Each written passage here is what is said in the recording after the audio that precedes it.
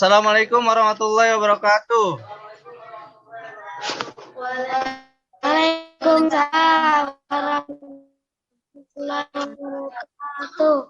Oke, selamat pagi anak-anak.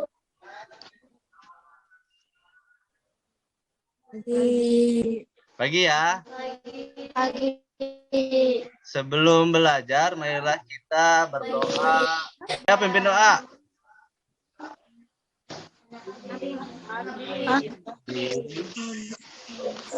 Sebelum kita sama baca doa. Bismillahirrahmanirrahim.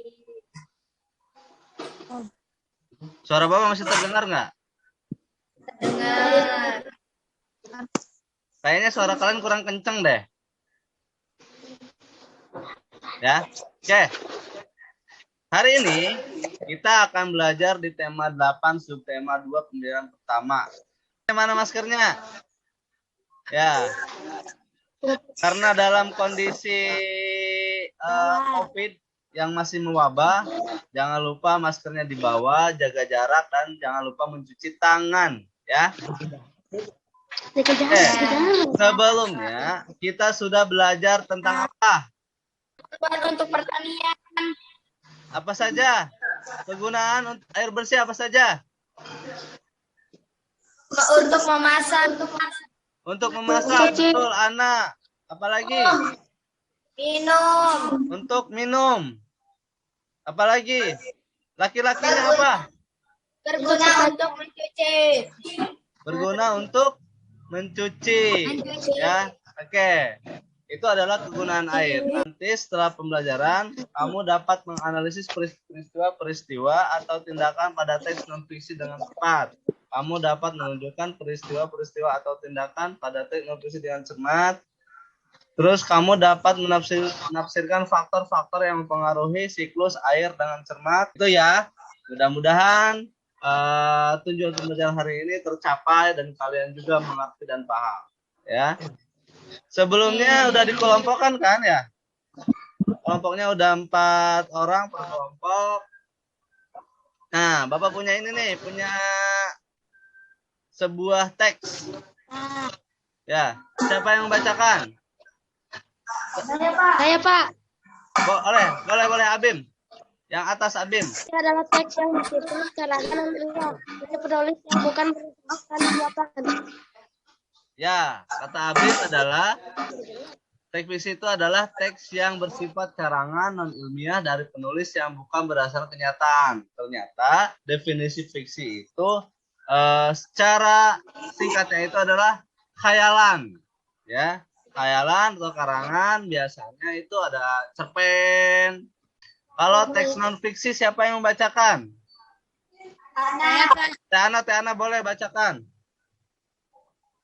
Teks non-fiksi adalah suatu karangan yang isinya bukan imajinasi, akan tetapi merupakan suatu karya seni yang bersifat faktual atau mengandung kebenaran di dalamnya. Ya, jadi non-fiksi itu cerita yang sesuai dengan kenyataan.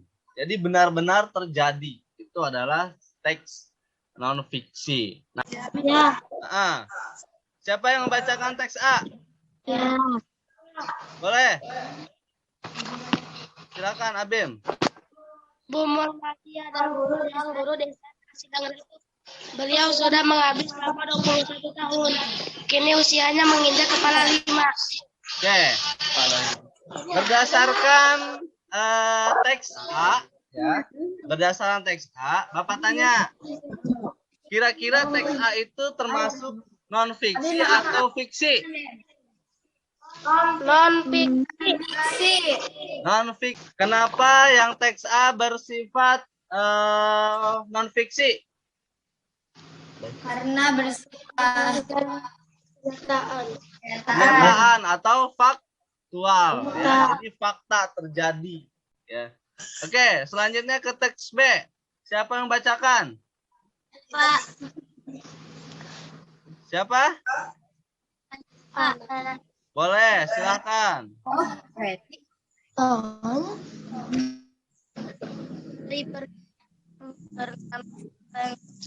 Membangunkan tuannya, ia akan terima kasih atas perawatan tuannya ini. Jadi dia berperan sebagai alarm di pagi hari. Ya, terima kasih Teh Rohaiti. Jadi burung murai berkicau yang bernama pelangi membangunkan tuannya. Nah, itu kira-kira termasuk fiksi atau non fiksi? Fiksi. Fiksi atau bersifat Fiksi. khayalan atau imajinasi ya. Bapak kira sudah paham sampai sini, ada pertanyaan? Tidak. Tidak. Terima kasih untuk menyimak video. Ya. Siap ya? Silakan didengarkan. Pertama-tama, kita akan mempelajari muatan bahasa Indonesia. Pada subtema yang lalu, kalian sudah mempelajari tentang urutan peristiwa dalam sebuah teks. Sekarang kita akan mempelajarinya kembali. Apa itu urutan peristiwa? Urutan peristiwa itu disebut juga dengan alur atau plot. Urutan peristiwa dapat disajikan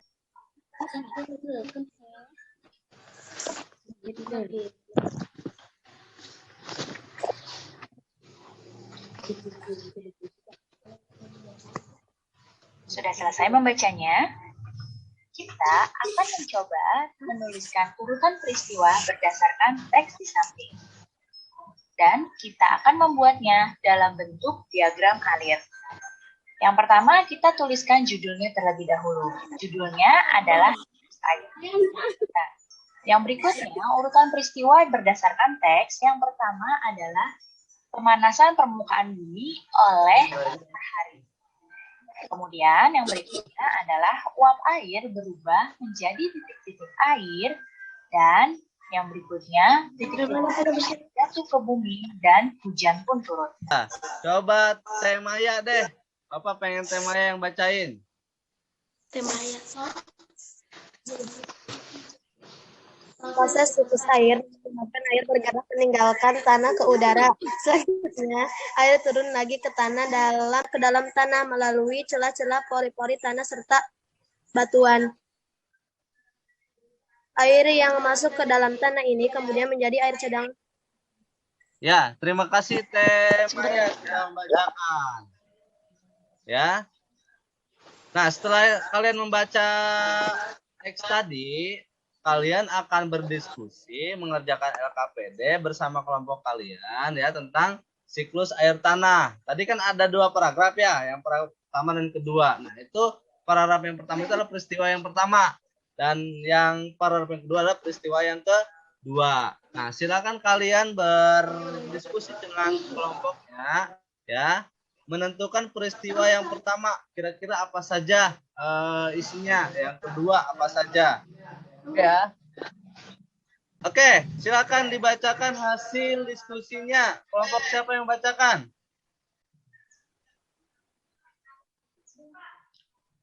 Oh ya, kelompok Abim boleh. Silakan dibacakan.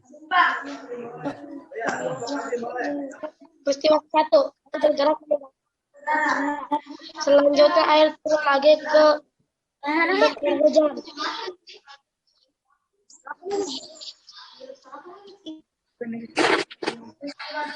Peristiwa 2, cadangan akan selalu ada di daerah peresapan air selalu tersedia.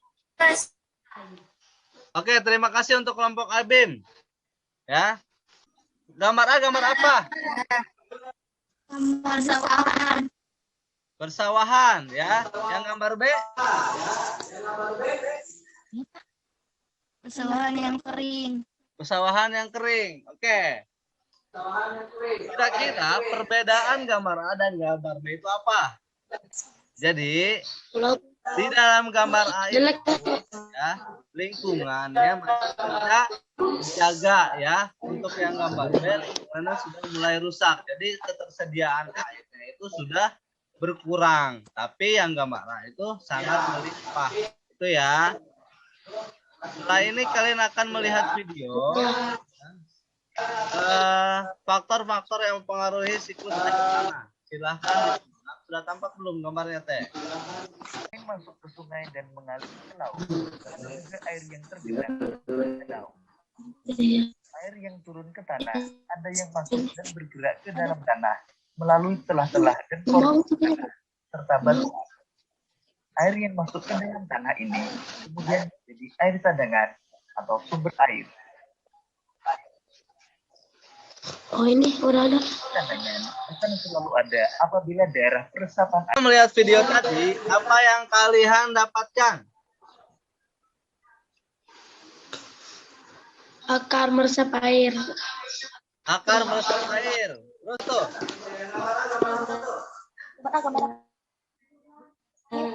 Ya, Jalan raya. ada gedung, Perkotaan. ada raya ya. Ada pembangunan perumahan dan pembetonan. Nah, ternyata pembetonan dan pembangunan rumah itu akan mengurangi atau akan menyebabkan terganggunya siklus air tanah. Ya, ini yang gambar B gambar apa? Bangan pohon. Penebangan? Pesanan gunung. Oh. Yang gambar C apa tuh? Kebakaran. Ya, pembakaran hutan. Nah, kira-kira akan merusak terganggunya siklus air nggak? Ya, ternyata dari ketiga gambar tersebut atau yang ada tampilan ini akan merusak terganggunya siklus air tanah. Ya. Jadi gambar A, gambar B, dan gambar C itu akan merusak siklus air tanah. Bapak punya gambar lagi, nih. Contoh bencana alam nih. Yang gambarnya gambar apa? Banjir. Yang gambar B gambar apa? Longsor. Nah, kedua gambar ini adalah akibat dari terganggunya siklus air. Makanya siklus air kita harus harus dijaga. Ya. Supaya apa? Supaya tidak terjadi bencana alam akibat terganggunya siklus air tanah. Nah, silakan dilakukan percobaannya dan dijawab pertanyaannya, ya. Sebelumnya kan Bapak udah memberitahukan tuh, hari ini kalian harus bawa air, batu bata, bongkar batu, dan 2 buah wadah atau wajan, ya.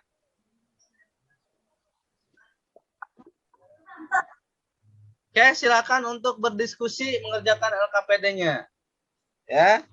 Silakan dibacakan dari awal lagi, ulangi. Betul.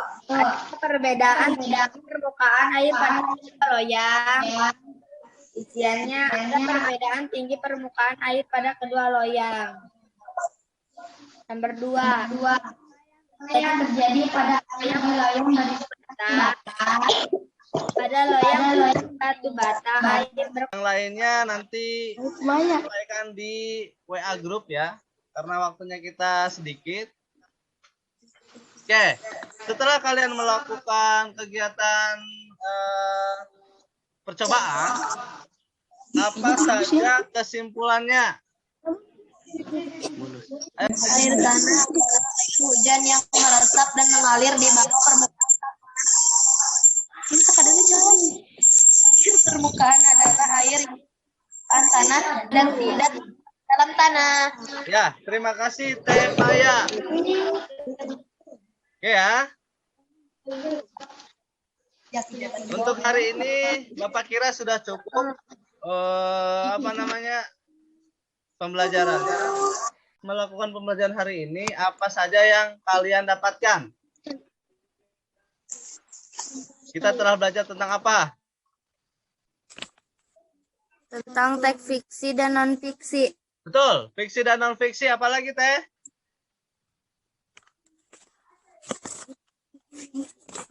Faktor-faktor penyebab terganggunya siklus air tanah.